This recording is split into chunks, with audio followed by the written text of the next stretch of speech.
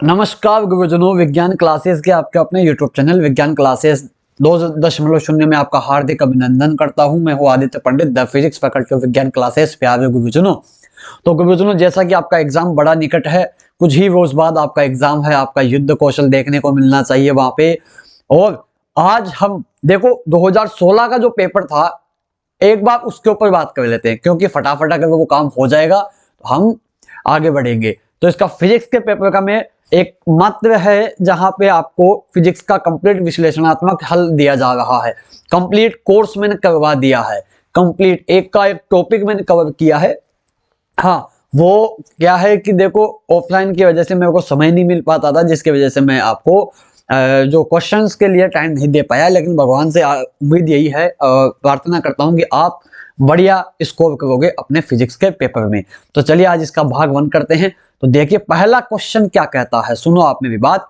Question है कि दिया गया है F बराबर AT inverse plus BT square, जहां F बल को तथा T समय को व्यक्त करते हैं। A व B की विमाएं क्रमशः क्या होगी। तो आइए हम निकालते हैं, देखो कौन सी क्या किस प्रकार कैसे होगी। तो पहले देखो इसमें लगेगा समांगता का सिद्धांत। क्या लगेगा? समांगता का सिद्धांत। तो आइए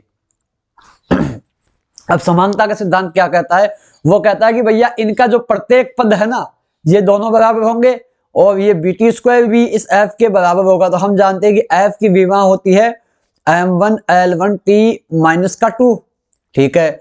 और ये A, ये T की इनवर्स। अब ये T है, समय को व्यक्त करता है, ये इसके बटा में चला गया तो क्या हो जाएगा m1L1T माइनस का 2 बटा T इनवर्स। अब यहां से देखो ये कट जाएगा एक, तो आपके पास A की विमा क्या आ जाएगी m1L1T माइनस का 1, and this is your first answer. And now we are going to move ahead.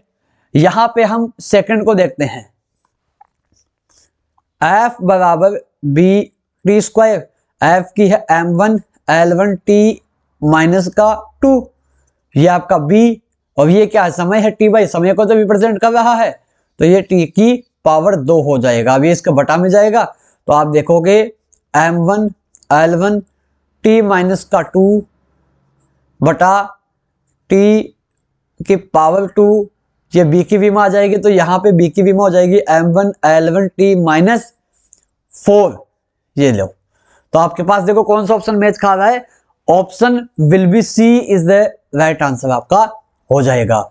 इसके आगे देखिए अगला क्वेश्चन है, यदि किसी गोले की त्रिज्या में मापन 2% की प्रतिशत त्रुटि है, इसके आयतन में मापन में अधिकतम प्रतिशत त्रुटि हमें निकालनी है। तो मेरी बात सुनो, हम जानते हैं कि गोले का आयतन होता है 4/3 पाई आर क्यों। अब हमारे पास दिया हुआ क्या है, हमें दिया हुआ है डेल्टा आर बटा आर गुणा 100 बराबर कितना दिया हुआ है 2% दिया हुआ है। अब यहां से हम आगे चलते हैं, तो ये हमारे पास दिया हुआ है। तो देखिए अब हमें निकालना आयतन के मापन में प्रतिशत त्रुटि, तो डेल्टा V/V गुणा 100 बराबर, अब ये 4/3 पाई तो क्या कांस्टेंट है, तो इसको हटाई दो ना, कांस्टेंट हमारे लिए किस काम का। तो ये जो आर है, आर का जो आपेक्षिक जो प्रतिशत त्रुटि है वो तो ये हो गई। अब जो घात है वो आगे आ जाती है, गुणा 3 कर दो, मैंने बता रखा आपको बढ़िया तरीके से। अब डेल्टा आर बटा आर गुणा 100, यानी कि त्रिज्या में प्रतिशत त्रुटि कितनी है 2% की है, तो 3 गुणा 2% बराबर कितना हो गया 3 2 6% हो गया। क्या हो गया 6%। And what is the right answer, right answer is option C. Okay, now we are going to one more question. The question is says, यूं प्रारंभिक वेग से किसी कोण थीटा में प्रक्षेपित प्रक्षेप्य की परास आर है, यदि प्रक्षेपण कोण समान रखते हुए इसके प्रारंभिक वेग को 2 गुना कर दिया जाए तो परास क्या हो जाएगी। तो देखते हैं सबसे पहले कि आर यानी कि जो क्षैतिज परास होता है उसका फॉर्मूला होता है यू स्क्वायर साइन 2 थीटा बटा जी। अब बात कर रहे हैं कि भैया अगर वेग को मैं 2 गुना कर दूं, मान लो कि मैंने वेग को क्या कर दिया प्रारंभिक से 2 गुना, तो अब जो परास होगी आपकी क्या हो जाएगी you dash square sine 2 theta बटा जी। चूंकि थीटा को तो हमने उसी कोण पे फेंका है भाई, जो बॉल है या कोई भी ऑब्जेक्ट है उसको तो थीटा कोण पे ही फेंका, तो इसमें थीटा तो चेंज ही नहीं हो रहा है। अब वी डैश का मान कितना 2u, तो यहां से देखो आर डैश बराबर हो जाएगा अपना 2u का स्क्वायर साइन 2 थीटा बटा जी। तो ये हो जाएगा 4u स्क्वायर साइन 2 थीटा बटा जी। और आप यहां से देखिए कि ये इधर वाला जो भाग है ना, ये वाला, ये क्या इसके बराबर है? क्या आर के बराबर है? बिल्कुल है भाई। तो यहां से आर डैश का मान क्या हो गया? 4r हो गया। क्या हो गया? 4r हो गया। And what will be right answer? The option fourth. Okay, आगे चलिए भाई। आगे बहुत प्यारा क्वेश्चन है सदिश से।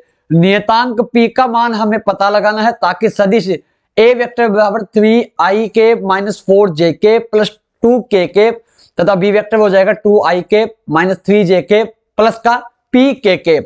तो अब हमें पता लगाना कि भाई परस्पर लंबवत है, तो ये कंडीशन दे दिया अगले ने, तो बहुत ही आसान कर दिया हमें क्वेश्चन को सोल्व करने के लिए। देखिए हम जानते हैं कि a vector dot b vector बराबर होता है a वेक्टर का मोड b वेक्टर का मोड कोस ऑफ थीटा। अब थीटा का मान इसने बोला भाई 90 डिग्री है, तो कोस 90 का मान क्या हो जाएगा? 0। तो ये पूरा का पूरा ही 0 हो गया। तो यहां से देखो a vector dot b vector हमारे पास ये वाली कंडीशन को फॉलो करेंगे, हम एक्यूरेट आंसर पे पहुंच जाएंगे। तो चलिए फॉलो करते हैं। एक बार दूसरा कलम ले लेते हैं। कौन सा ले? ब्लू तो है ही ऑलरेडी,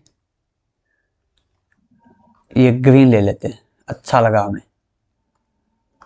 देखो अब यहां से ए वेक्टर में मेरे पास क्या दिया हुआ है? ए वेक्टर है 3i के, ओ सॉरी माइनस आएगा, माइनस 4j के प्लस का 2k के। और बी वेक्टर हमारे पास है 2i के माइनस का 3j के प्लस का pk के। अब हमें a vector dot B vector की व्यवस्था में सेट करना है इसको। तो देखिए 3i के माइनस का 4j के प्लस का 2k के, b क्या है? 2i के 3j के pk के बराबर 0। अब आपको करना क्या है? आपको ये काम करना है कि p को तो देखो जो i के है i से गुणा करो, जो j है वो j से गुणा करो, और जो k है वो k से गुणा होंगे, यानी कि इसके अंदर समान वाले होंगे। अब यहां से देखो चलो करते हैं। तो 3 दूनी 6 माइनस माइनस ये रहा, माइनस ये रहा, तो क्या हो गया? प्लस। तो ये हो गया 12 प्लस 2p बराबर 0।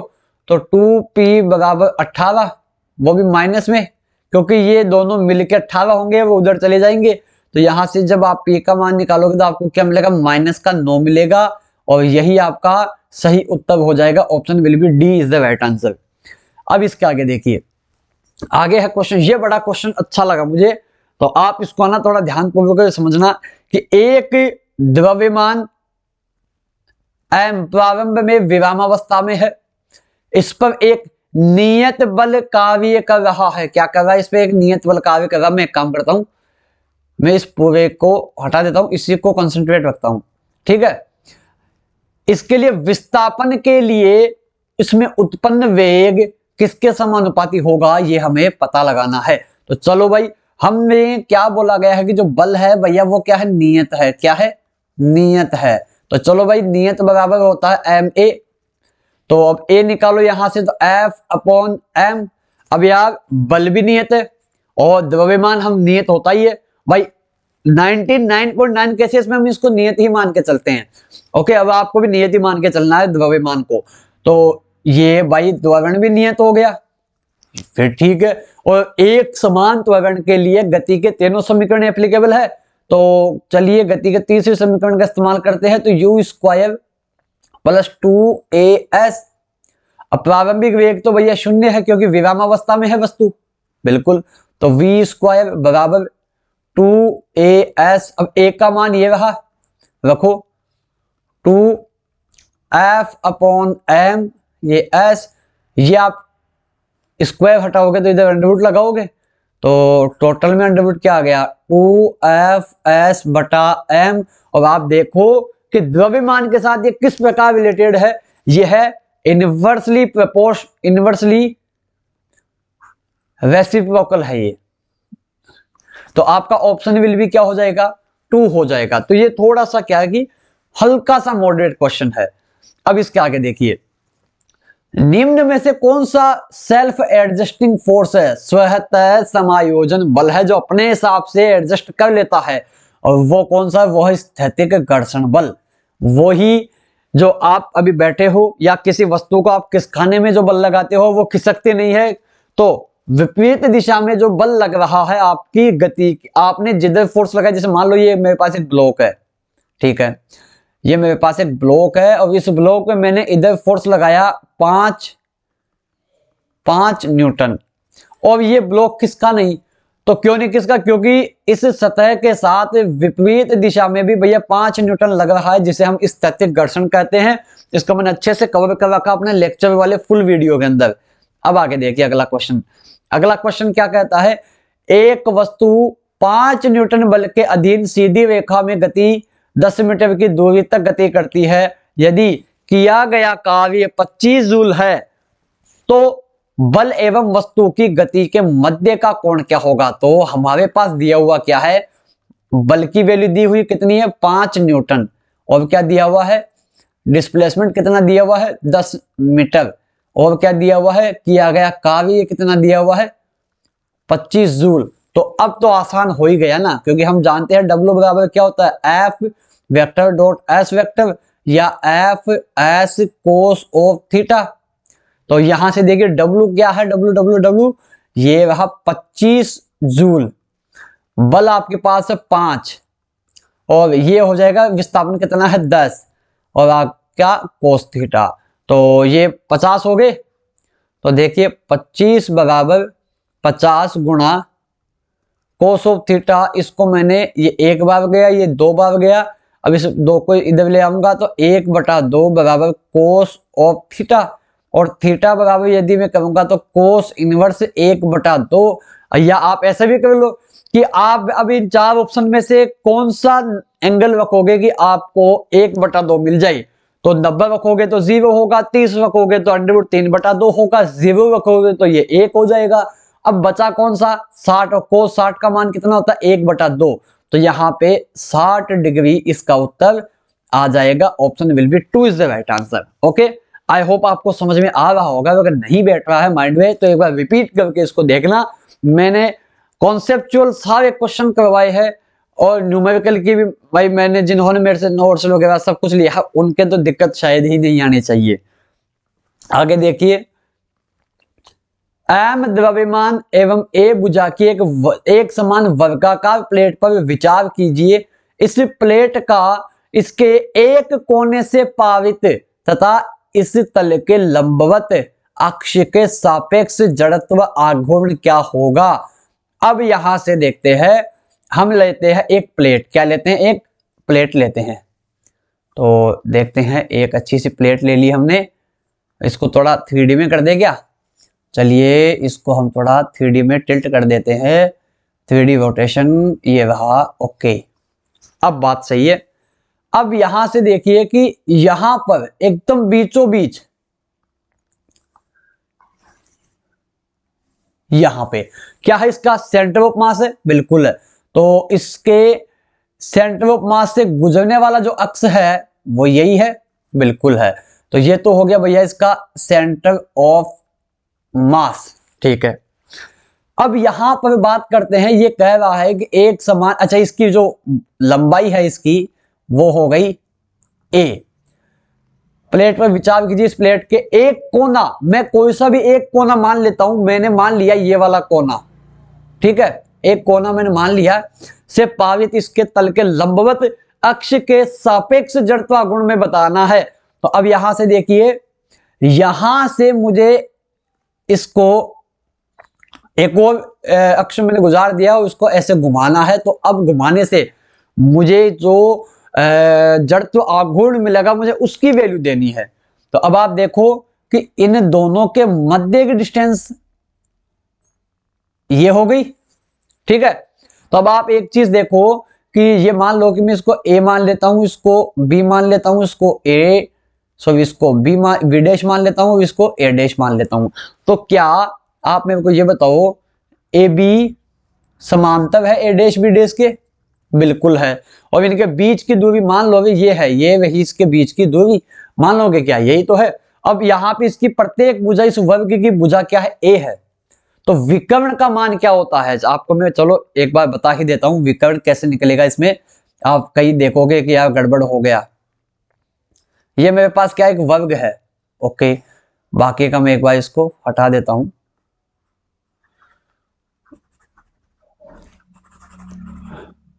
ये मेरे पास एक वर्ग है और इस वर्ग के बीचों बीच से यहां से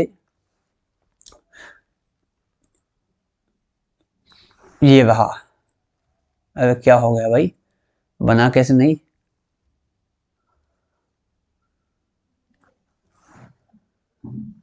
नहीं बेटा क्या जुगाड़, कोई बात नहीं, हम तो हाथों से बना लेंगे भाई। ये इसका सेंटर और इसकी भुजा कितनी है? इसकी भुजा हो गई ए, इसकी भुजा हो गई ए, और यहां से लेके यहां तक हमें पता लगाना है। अब यहां पर आप देखिए कि ये टोटल भुजा आपकी ए है, तो आप यदि यहां पे एक समकोण त्रिभुज बनाओगे, यदि आप यहां पे एक समकोण त्रिभुज बनाओगे तो क्या ये वाली भुजा आपकी a/2 हो गई क्या? बिल्कुल, एकदम केंद्र से बीचों बीच समकोण त्रिभुज बनाओ, ये आपकी a/2 हो गई क्या? बिल्कुल हो गई सर। और आप देखोगे कि ये वाली भुजा भी तो आपकी a/2 ही है, क्योंकि एकदम बीचों बीच आधा ही तो होता है, ये भी a/2 हो गई। तो आपको अभी यही तो पता लगानी है। तो कर्ण स्क्वायर बराबर आधार स्क्वायर, आधार स्क्वायर प्लस लंब स्क्वायर। तो यहां से जब आप कर्ण का मान निकालोगे जिसको अंडर रूट में लोगे तो देखिए ए स्क्वायर बटा 4, ए स्क्वायर बटा 4 ये कंप्लीट रूट में हो जाएगा। तो 2a स्क्वायर बटा 4 यहां से ये गया तो क्या हो जाएगा a बटा 2 कंप्लीट अंडर रूट में हो जाएगा, सॉरी ए स्क्वायर है। तो अब इसका अंडर रूट आप यदि हटाओगे तो ये a बाई रूट 2 हो जाएगा। तो ये वाली वैल्यू कितनी हो गई? a by root 2। तो आइए यहां पर, तो ये बीच वाली वैल्यू क्या मिलेगी हमें? a बटा अंडर रूट 2। ठीक है भाई, चलो ये तो हो गई इस क्वेश्चन में दी हुई बातें। अब हमें क्या इस्तेमाल करना है वो देखो, हमें यहां पे इस्तेमाल करना होगा समांतर अक्ष प्रमेय, समांतर अक्ष प्रमेय, पैरेलल एक्सिस थ्योरम, जो क्या कहती है कि जड़त्व आघूर्ण जो होता है ना वो सेंटर ऑफ मास और एम डी स्क्वायर, उन दो समांतर रेखाओं के बीच की दूरी, ये जो डी है ना भाई, ये इन दो समांतर रेखाओं के बीच की दूरी है। तो अब देखो सेंटर ऑफ मास इसका अगर केंद्र से गुजरेगा तो वो हो जाता है एम भुजा क्या है ए स्क्वायर बटा 6 प्लस ये फिक्स होता है, ये तो सेंटर ऑफ मास इस वर्गाकार प्लेट का है, और ये एम। अब बीच के अंदर भुजा कितनी है? a/2 है, तो ए स्क्वायर बाई अंडर रूट 2 है, इसका स्क्वायर हो जाएगा 2। अब आप इसको सोल्व करो, देखो लघुत्तम ले लिया मैंने 6 एम ए स्क्वायर प्लस ये हो गया 3 एम ए स्क्वायर। अब यहां से देखो ये ओ सॉरी 2 आएगा 2, तो ये तो हो गया 3 एम ए स्क्वायर बटा 6। तो जब आप इसको सोल्व, अरे आप कुछ मिस्टेक कर दिए क्या, हम कुछ गड़बड़ कर दिए शायद, हाँ गड़बड़ कर दिए, वो सही लिखा था उस टाइम मैंने, 3 ही आएगा, ये 3 और ये 4। तो अब 2 से इसको काटा और 2 से इसको काटा, तो 2/3 एम ए स्क्वायर, कौन सा ऑप्शन मैच खाएगा? Option will be A is the right answer. ठीक है प्यारे गुरुजनों, अच्छा इसकी पीडीएफ आपको टेलीग्राम पर मैं दे दूंगा। आगे देखिए अगला क्वेश्चन है कि मुक्त सरल आवर्त गति में निम्न में से क्या नियत नहीं रहता है? तो आयाम भी रहता है, आवर्तकाल भी रहता है, आवर्ती भी रहती है, बस एक वेग जो है वो नहीं रहता है। तो मान लो भाई यहां पर ये इसकी माध्य स्थिति है और ये इसकी क्या हो गई? चरम स्थिति। क्या हो गई? चरम स्थिति हो गई, ये इसकी चरम स्थिति हो गई। ठीक है, तो जो वेग है यहां पर तो हो जाएगा आपका मैक्सिमम, और जब आप इधर जाओगे तो वेग क्या हो जाएगा? घटेगा, और इधर जाओगे तो वेग घटेगा, फिर वापस इधर आओगे तो वेग बढ़ेगा, वापस माध्य स्थिति की ओर आओगे तो वेग बढ़ेगा। तो इस प्रकार से केवल वेग ही है एकमात्र जो इधर उधर जाने से घटता बढ़ता है। अगला क्वेश्चन बहुत अच्छा क्वेश्चन है भाई, ध्यान से दिमाग लगाना है, इसमें आपको बहुत बड़ा कंफ्यूजन उत्पन्न कर देगा ये। देखिए इसमें थोड़ी सी वेक्टर के भी इस्तेमाल करना पड़ेगा हमें। चित्र में दर्शाए अनुसार भुजा ए के वर्ग के चारों कोनों में ये m 2m 3m 4m द्रव्यमान के 4 कण रखे हुए हैं। वर्ग के केंद्र पर m द्रव्यमान के एक कण पर लगने वाला गुरुत्वाकर्षण बल क्या होगा, यानी कि इसके ऊपर गुरुत्वाकर्षण बल कितना लगेगा वो हमें फाइंड आउट करना है। तो चलिए करते हैं। तो यहां से देखो इन दोनों के मध्य मान लो है कोई फोर्स लग रहा है। अब वही बात कि सर ये डिस्टेंस क्या होगी, भाई ये वही डिस्टेंस होगी जो अभी हम पढ़ के आए हैं, क्या a/√2, वही है ये जो हम पढ़ के आए हैं। ओके, अब आगे देखिए ये वाली डिस्टेंस, इसको ग्रीन से करता हूं। ओके ओके ठीक है, सावी की सावी बुझाई वही 1/√2 1/√2 a/√2। चलो भाई अब आपको ना ये जो है ना ये वाली रेखा, इसको आप मद्देनजर ना रखें तो बेहतर होगा। ठीक है, तो चलिए मैं अब आगे बात करते हैं। पहले मैं लेता हूं इसे और इसे, यानी कि मैं इसको F1 मान देता हूं। यहां पे है ना F1 लगा है, यहाँ पे F2 लगा है, या F3 लगा है, या F4 लगा है। अब देखिए F1 का मान निकालते हैं। हम जानते हैं गुरुत्वाकर्षण बल क्या होता है, G m1 m2 बटा अब कितना है बीच में डिस्टेंस कितना है। तो एक काम करते हैं a/√2 को मैं ना फिलहाल के लिए आर मान के चल रहा हूं। ये जो a/√2 है इसको मैं आर मान के चल रहा हूं, तो ये r²। तो देखिए Gm² बटा r², F1 हो गया। F2 देखिए इसी प्रकार से G कितना, अब ये देखिए 2, तो 2 बाहर आ जाएगा, वही m² बटा r²। इसी प्रकार F3 देखिए 3Gm² बटा r²। F4 देखिए Gm² बटा r²। तो मैं इनको ना अलग अलग हाईलाइट कर देता हूं। ये तो हो गया F2, ये हो गया F4, ये हो गया तुम्हारा F3। तो क्या आप यहां से देखो कि ये जो Gm2 r² ये क्या आपका F1 के बराबर है क्या। तो क्या आप इनको ऐसा लिख सकते हो क्या कि F1 बराबर तो हो गया आपका F1 के ही बराबर है, F2 आपका हो जाएगा 2F1, F3 आपका हो जाएगा 3F1, और F4 आपका क्या हो जाएगा 4F1। ठीक है, अब देखो यहां पर कि अब हम इसका फ्री बॉडी डायग्राम बनाते हैं। तो अब इसका भाई इसके ऊपर टोटल, अब देखो यार गुरुत्वाकर्षण बल है, बल एक वेक्टर क्वांटिटी है, तो इसके ऊपर सदिश योगफल के नियमों को फॉलो करेगा। तो देखते हैं कि कौन सा क्या होता है कि ये इधर आपका कौन सा फोर्स लग रहा है, F2 लग रहा है, और इधर आपका कौन सा फोर्स लग रहा है, F4 लग रहा है। अब इन दोनों के मध्य रिजल्टेंट किधर होगा वो देख लें एक बार। तो अब यहां पर भी भाई F2 माइनस F4, क्योंकि विपरीत दिशाएं है ना दोनों के दोनों, या F4।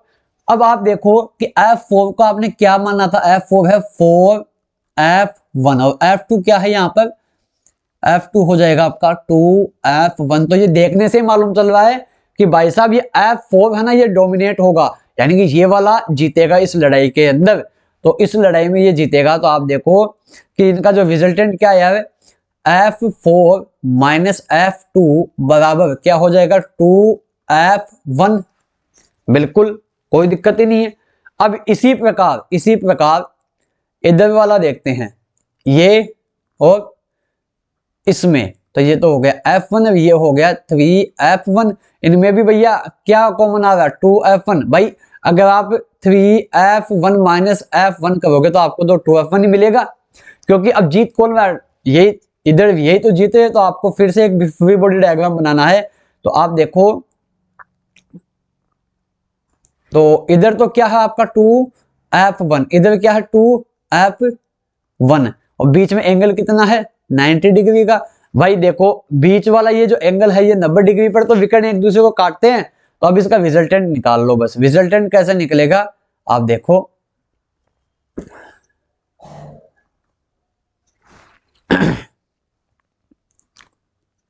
देखो हम जानते हैं कि रिजल्टेंट का फॉर्मूला होता है A square plus B square plus 2ab cos of theta का कंप्लीट अंडर रूट हो जाएगा।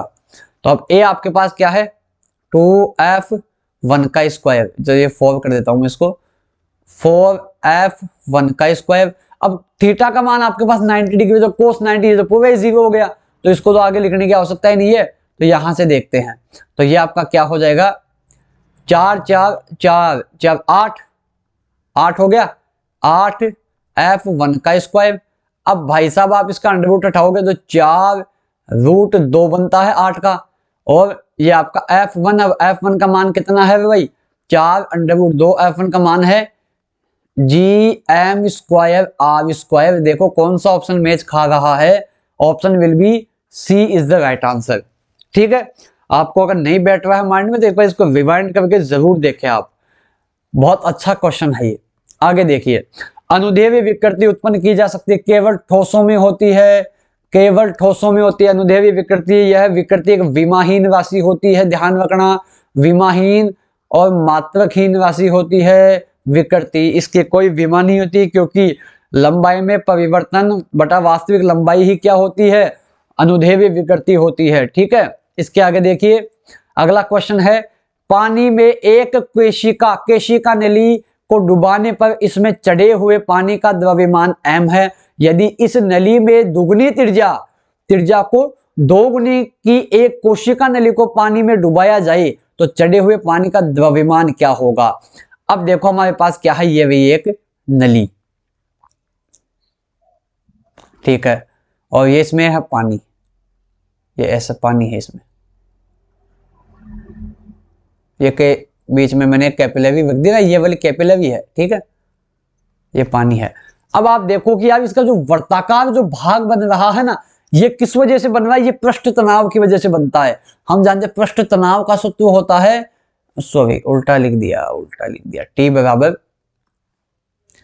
बराबर F/L होता है। अब यहां से देखिए भाई, अब F यानी कि पृथ्वी इसे किधर खींचना चाहती है, इस पानी को नीचे की पूरा का पूरा यहाँ पे एक भंवर सा बनाना चाहती है, यानी कि इसको बहुत गहरा बनाना चाहती है, लेकिन पृष्ठ तनाव है ना, पृष्ठ तनाव वो ऊपर लग रहा है, उसको बनाने नहीं दे रहा, और इस प्रकार से एक चंद्राकार आकृति बन रही है। ठीक है, तो अब यहां पर देखिए, तो mg, अब ये वर्ताकार बन रही है, तो वर्ताकार इसकी लंबाई अब वर्ताकार रूप से बन रहा है, चंद्राकार आकृति बन रही है, यानी कि एक प्रकार से वर्त सा बन रहा है, तो ये 2πr इसकी लंबाई हो गई। अब आपको यहां से द्रव्यमान निकालना है, तो m बराबर क्या हो जाएगा, ये T 2πr बटा g, तो m का मान तो आपके पास आ गया। अब ये कह रहा है कि भाई m के इस त्रिज्या को यदि दोगुनी कर दूं, मैं त्रिज्या को दोगुनी कर दूं तो द्रव्यमान क्या होगा, तो देखिए वही फॉर्मूला T 2πr डैश बटा g। अब यहां से देखिए r डैश का मान कितना है 2r है, तो 2T 2πr ये g, तो आप देखो कि ये वाला जो है क्या वो इस m के बराबर है, क्या बिल्कुल है, यानी कि m डैश आपका किसके बराबर हो जाएगा 2m के बराबर हो जाएगा। Option will B 3 is the right answer आपका हो जाएगा। अब भाई प्यारे गुरुजनों, आगे हम बात करते हैं असमान अनुप्रस्थ काट की एक क्षैतिज नली से पानी प्रवाहित हो रहा है, तो पाइप के सबसे सकड़े स्थान पर पानी का दाब, पानी का वेग अधिकतम होगा व दाब न्यूनतम होगा। दाब अधिकतम होगा, देखिए ये क्या कह रहा है कि इस प्रकार से आपके पास एक नली है, तो अब यहां पर इस वाली कंडीशन के अंदर सकड़े स्थान पर क्या होगा, आप खुद सोचो। आपको एक बात बता देता हूं कि जो वेग होता है ना, वेग वो दाब के क्या होता है, रेसिप्रोकल होता है according to Bernoulli's theorem. Bernoulli क्या कहता है कि जहां पर किसी द्रव का या किसी तरल का वेग ज्यादा है वहां पर उसका दाब कम होगा। तो एक बात तो ये हो गई कि ना तो दोनों समान होंगे ना ही दोनों अधिकतम होंगे। एक चीज तो ये तो भाई साहब कट हो गया दोनों ही ऑप्शन, अब बचे इन दोनों में से, क्योंकि रेसिप्रोकलिटी आ गई ना इनमें, इसलिए। अब देखिए इस वाले स्थान के ऊपर हमें क्या है, आप देखो, आप जब किसी पाइप को दबाते हो तो वहां पे क्या होता है, वेग क्या हो जाता है, मैक्सिमम होता है। पानी का प्रेशर, पाइप जो पानी है वो बहुत तेजी से आगे जाता है, तेजी से जाता है, यानी कि वेग यहाँ पे क्या हो गया, मैक्सिमम। अब भाई आप जिस नलकी को आगे अंगूठा लगा के एक छोटा सा छिद्र बना दो वहां पे, तो वो तेजी से निकलेगा पानी, और पानी जहां तेजी से निकलता है यानी कि वेग यदि मैक्सिमम है तो दाब मिनिमम होगा, तो जो प्रेशर होगा वो कैसे होगा, वो मिनिमम होगा। प्रेशर क्या होगा, minimum. Then the option will be A is the right answer हो जाएगा आपका। अब आगे देखिए, ये थर्मो का क्वेश्चन है। देखिए एक प्रक्रम में एक निकाय 50 जूल ऊर्जा को अवशोषित कर 11 जूल कार्य करता है। अब देखिए ये क्या कह रहा है कि अपने पास क्या है, कितनी ऊर्जा को अवशोषित कर रहा है, ये ऊर्जा को अवशोषित कर रहा है 50 जूल। कितनी है, 50 जूल अवशोषित कर रहा है, और वर्क कितना कर रहा है, 11 जूल वर्क कर रहा है। समान प्रारंभिक व अंतिम अवस्थाओं के लिए निकाय एक अन्य ऊष्मागतिक पथ का अनुसरण करते हुए 15 जूल कार्य करता है। इस प्रक्रम में ऊष्मा स्थानांतरण में पता लगाना है। तो ऊष्मा स्थानांतरण यानी कि डेल्टा क्यू बराबर डेल्टा यू प्लस डब्लू, या फिर डी डब्लू, ठीक है, डब्लू। अब भाई साहब बात ये आ रही है कि डब्लू तो 11 जूल है, 50 ये सर, डेल्टा यू का मान तो मेरे पास है ही नहीं, और डेल्टा यू का मान तो हमें पूछा नहीं है, हमें तो पूछा गया है डेल्टा क्यू का मान। तो चलिए इन दो चीजें इसीलिए दी इसने। अब देखिए इनसे हमें पता लगाते हैं। देखिए ऊष्मा गतिकी के प्रथम नियम से क्या होता है, ये आपका हो जाएगा, तो यहां से देखिए डी यू निकालो, तो डी क्यू माइनस का डी डब्ल्यू, 50 माइनस का 11 कितना हो गया, 39 जूल हो गया।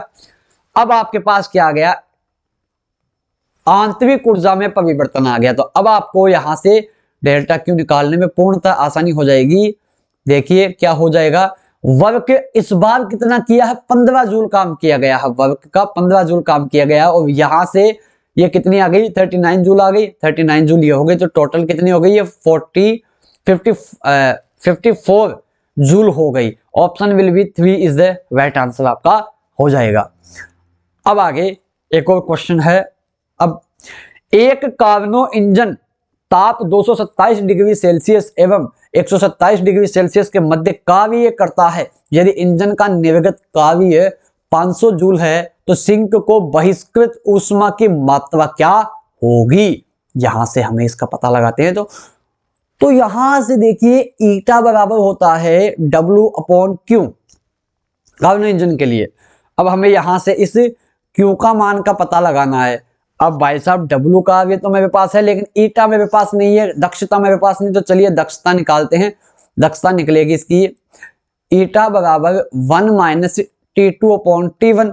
अब वही बात, T2 कितना है, T2 है मेरे पास 227, यानी कि ये आपका क्या हो जाएगा, 227 को यदि आप केल्विन में चेंज करोगे तो 273, तो ये आपका कितना हो गया, 500 केल्विन। इसी प्रकार T1 कितना हो गया आपका, 400 केल्विन।